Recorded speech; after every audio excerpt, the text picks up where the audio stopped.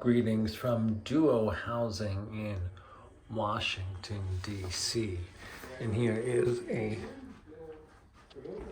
walkthrough look of one of the common areas, which is a very inviting space. When you come to a place like Washington, D.C., you want to see the sights, but they've made it quite inviting where you may just want to hang out. They've got their own private garden. Now, many of the places over by U Street have areas set up like this, but you don't have to travel far, and they light this place up at night.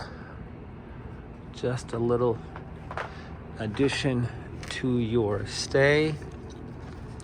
And here is a quick look at the back courtyard. This is an April 8th look, so imagine anytime when the leaves were out, how beautiful this would look. There are the washer and dryers. And that is an outdoor look of Duo Housing.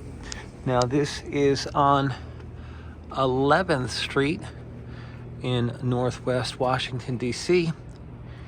Check-in is at 3 p.m. for your arrival. And that is just a quick glimpse. Till next time, from D.C.,